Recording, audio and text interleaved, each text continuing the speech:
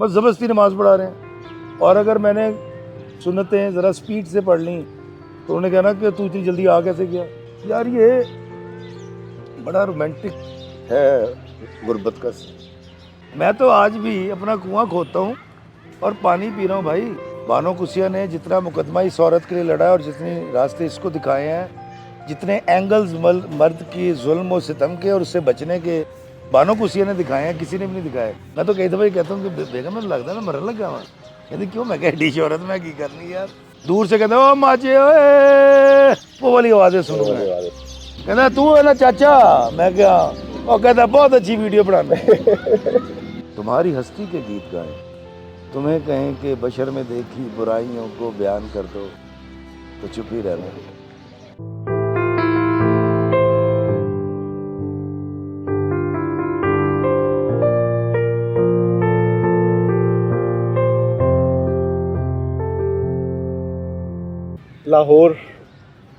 लाहौर की सर्दियों की शामें कैसी लगती हैं? जाड़े का मौसम दरअसल अदीबों के अंदर का मौसम होता है और बड़ा डिप्रेशन का मौसम होता है। आप देखें ना, यूरोप में रहने वाले या ठंडे इलाकों में रहने वाले लोग अक्सर डिप्रेशन का शिकार रहते हैं।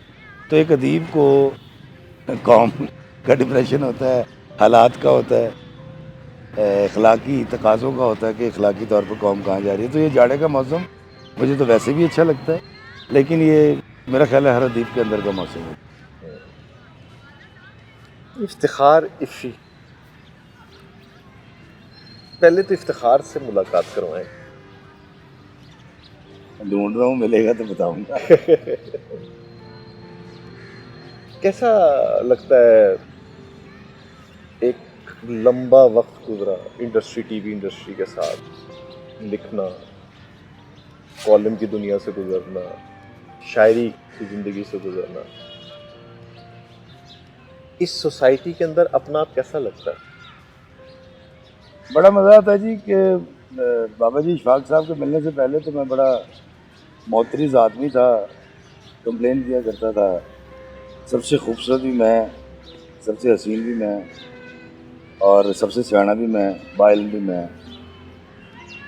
तो बाबा जी इशफाक साहब के मिलने के बाद पता चला कि नहीं यार, मैं कुछ नहीं हूँ, सामने वाला है। तो मैं तो सारी ज़िंदगी को पिकनिक मनाई है और पिकनिक ही कर रहा हूँ, हर चीज़ का जश्न बना देता हूँ। तो अब जश्न में होगा तो यकीनन ऐसे से अंदर का भी होगा। तो वो जो पंजाबी स्टाइल है भंगड़ा, तो वो अंदर होता है। एग्रेसिव थे बहुत जवानी ज़्यादा, में, बहुत ज़्यादा। और ये एग्रेशन घर में भी होता था या बाहर ज़्यादा होता था?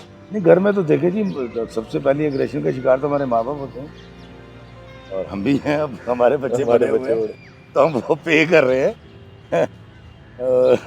सूद समेत दे रहे हैं। बिल्कुल एग्रेशन होती है, लेकिन उसमें बदतमीज़ी नहीं थी। अल्हम्दुलिल्लाह आज अल्लाह का बड़ा करम है, मेरे वालिदैन माशाल्लाह हयात हैं और आज भी अम्मा इस उम्र में जब थप्पड़ मारती हैं तो अली और ईसा जो कि यूनिवर्सिटी गोएंगे तो तहके लगाते तो मुझे बड़ा अच्छा लगता है। वो एग्रेशन थी,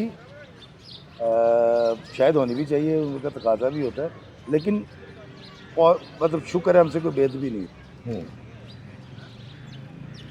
कई दफ़ा इंसान में लीडरशिप क्वालिटीज़ ज़्यादा होती हैं तो एग्रेशन भी उस वजह से पैदा होते हैं। क्या लीडरशिप क्वालिटीज़ होने की वजह से ऐसा था आपके अंदर? बिल्कुल था, एक इनकलाबी था और मैं वो बच्चा था जो चाहता था कि मैं सोसाइटी को बदलूँ,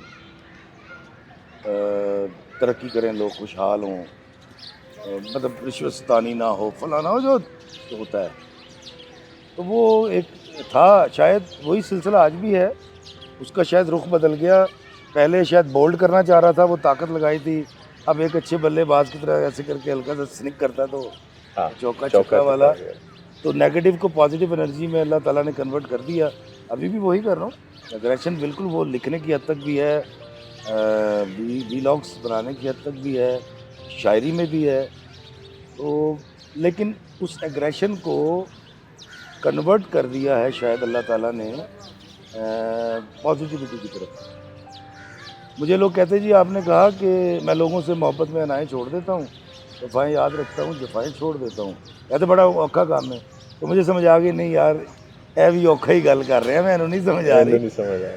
तो है, वो रहेगी और होनी चाहिए। मेरे ख्याल अगर हम उसको चैनलाइज करना सीख लें तो एग्रेशन बहुत अच्छा जीने का एक बहाना है।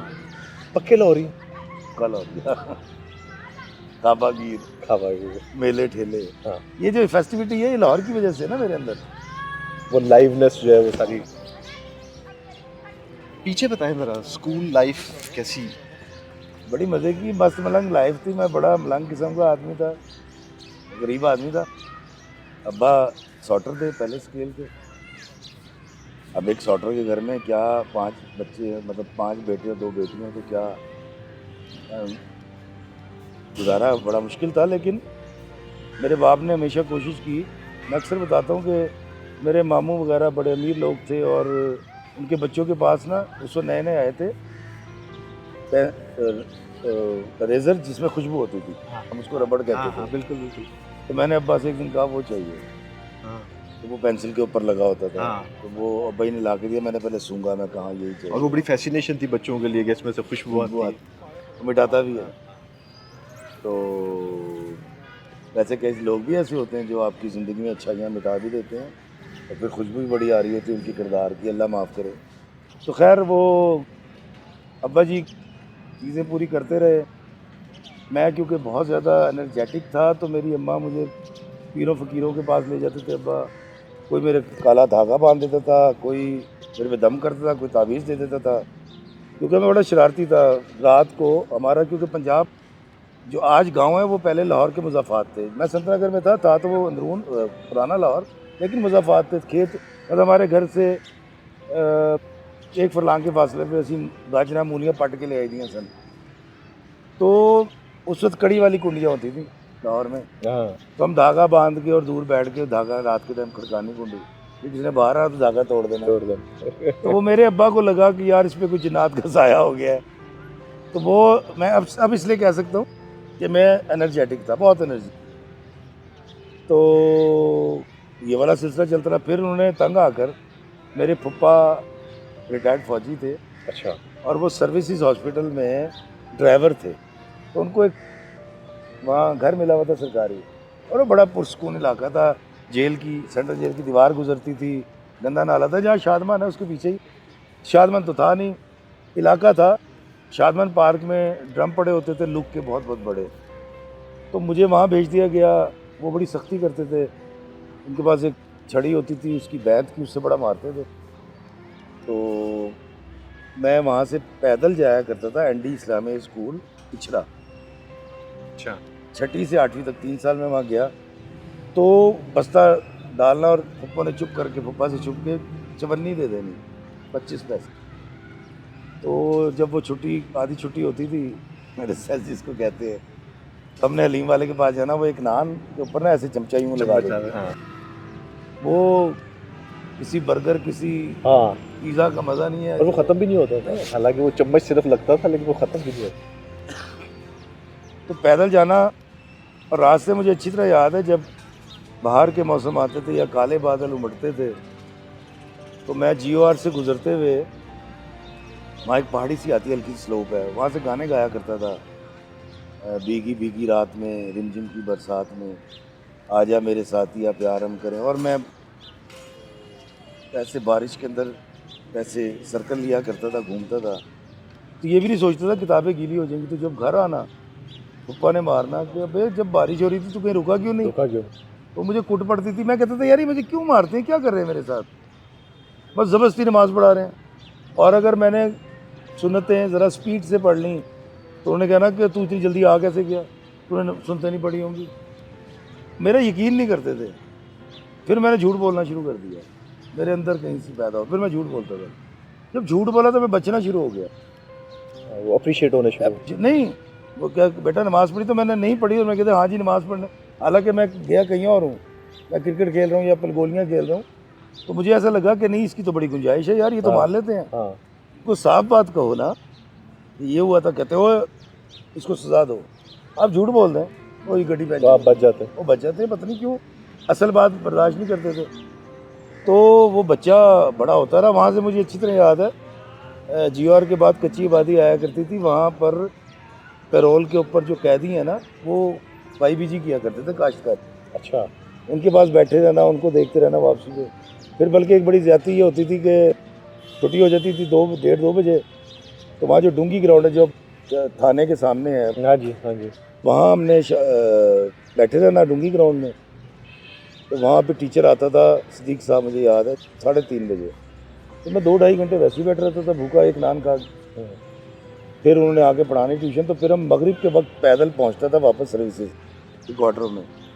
तो अब हमारी सोसाइटी जैसी है, कई ऐसे भी लोग आए जिन्होंने शायद अगवा करने की कोशिश की थी या कुछ और उनके अज़ाइम थे।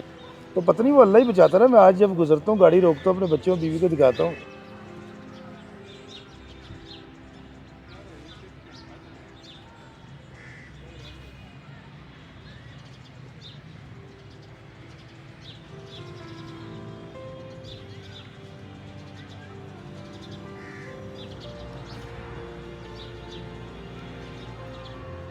वहीं बैठा हुआ है, ठीक कहीं इसका बचपन। यार ये बड़ा रोमांटिक है गुर्बत का सीन।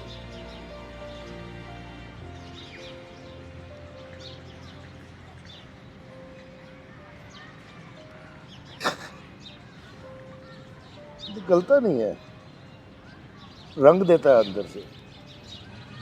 जिसने करके खाई हो ना, कमा के खाई हो, उसको पता होता है।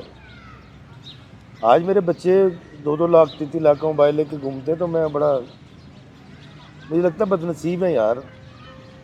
उनको पता ही नहीं इसका क्या रोमांस होता था। जब हम एक जूता लेना होता था, 500 रुपये नहीं जोड़ रहे यार, और अम्मी से भी झूठ बोल रहे हैं, और मतलब झूठ बोल के वो सारे पैसे इकट्ठे करने, फिर जब खरीद लेना, फिर दिखाना। तो लोग जब देखते थे तो वो तारीफ़ करने के बजाय कहते थे, ओ यार अबरार, तेरा पुत्र पागल है, 500 रुपये का बूट ले लिया। अच्छा, हमें बड़ी शौक है लोगों की ज़िंदगी में दखल देने का।